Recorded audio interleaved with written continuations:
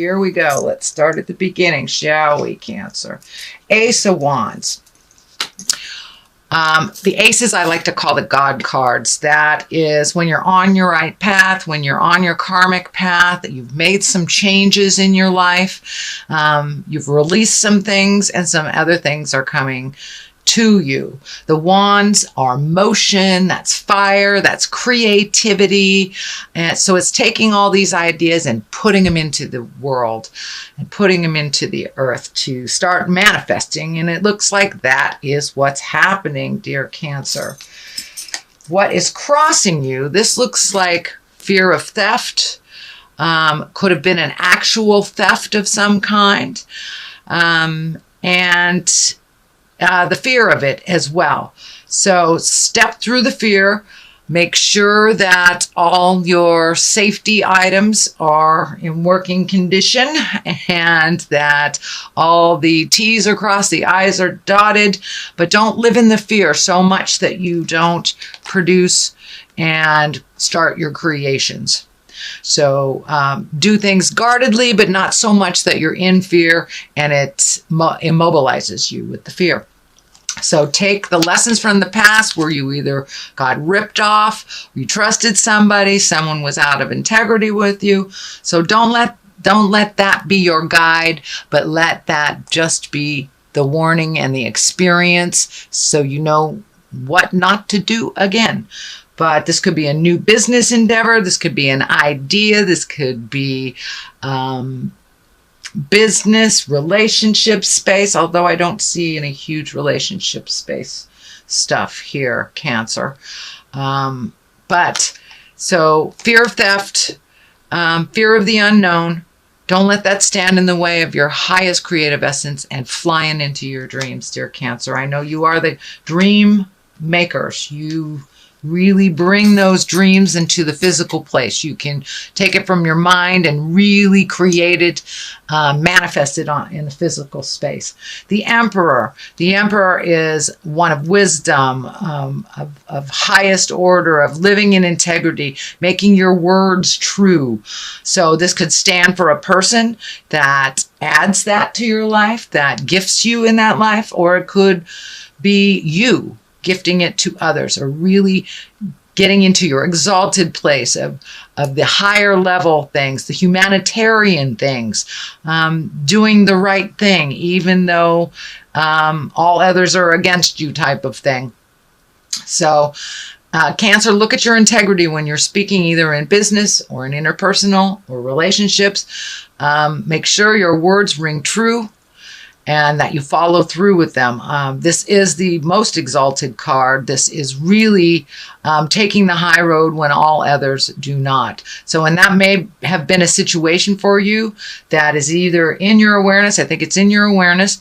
So you may have to take the high road when all others are taking the low road. But follow your heart and live in integrity when all others are not. So this is the Six of Swords. This is thinking. This is creating. This is going with the flow a little bit. You may have to float a little bit. It looks like it's also feeling like there's a situation that you're kind of trapped in that you have to work your way out of before some of these other things can start. So live up to any commitments that you've already put out in the world. Live up to anything that you have put your stamp of approval on, follow through, finish those up, and float a little bit. See how they fare before you make some decisions. But it looks like things must be cleaned up in one arena before the new beginnings or the sun can shine through. So finish what you started before you have the new focus. Which is something it looks like you're doing now because it's in the past position. So just clean that up and then move on to the new. The sun is the new. This is new beginnings. This is a baby idea that is growing. This is a desire, a love, a passion that you're shedding light on, that you're getting energy to. And it's very pure. It's very, at the beginning of it, the inception. of a creative idea, whether it is a proposal to do an activity, whether it is an actual goods and services, if it is a new job, a new house, if it is a new beginning of something, and you're looking at that very passionately and very strongly. A little bit of fear happening there, but it is something brand new that really gives you a lot of joy. It gives you a lot of healing. But now you're at the baby stage on how do I make this grow? How do I make this grow? So water those beautiful ideas, step back and watch them grow, shed some light on some ideas, incorporate others. But that's happening right now. The high priestess is one of wisdom, one of balance, one of duality, the seeds of growth. But it also looks like you are either coming into your magic, coming into your spiritual power, rising above certain situations that really don't serve you. The cross is lighting up. So for many of you, it may be getting back to church or living a more authentic life, following your dreams more so than other people's opinions of what you should be doing. But the high priestess also is a high road. So you've got the high priestess and the emperor. It looks like you're really letting your words ring true. You're not making promises you can't keep. Changing agreements, things that better you on your path. This also can be looking at things that are destructive in your life that you no longer are doing, whether it's stepping out of a relationship that has been detrimental to you, cleaning up some messes that you made in the past, or really letting go of addictions and really living the sober life. It's kind of like put your money where your mouth is kind of stuff. So your words and your actions are lining up and your magic is coming in, and you are being rewarded for that. You are being rewarded for that and will continue to be rewarded. Just keep going. Let your words ring true with your actions, Cancer. Judgment card. That is all water signs usually have some judgment somewhere. So this is not judging harshly on yourself or others. It looks like a lot of times that your opinions kind of stood in the way of growth. They were not pliable and a little too judgy, either coming towards you or going out towards others. That looks like learning where judgment belongs and learning when to be unconditional. It is the 20. It is one of the highest cards. And so it is releasing a lot of judgment, kind of living more a pure life where your words match your actions. No judgments for yourself. Everyone makes mistakes, including you and others. So finding a little more compassion. We cannot learn sometimes without making mistakes. That is how we learn. Making them over and over again, that's something else. But what we're talking about here is allowing yourself to make mistakes, allowing others to make mistakes with none of that harsh judgment, knowing that we are learning with every step and every mistake we make, as long as we are propelled forward. And a lot of the mistakes that you have made in the past, you've learned tremendously from. So remember that when someone is bringing their difficulties to you, and it's your normal bent to sit in judgment of that. Try to open your heart, open your mind, find your compassion, and speak with integrity and unconditional love. Put down the judgment. People will be more apt to communicate with you, to connect with you. And I'm feeling for some of you, it's your children not coming to you. Put down the judgment.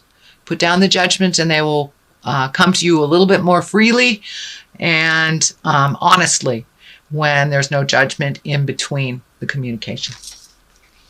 The 10 of Wands. Now, this is one of, it looks like you've made a huge shift in your awareness.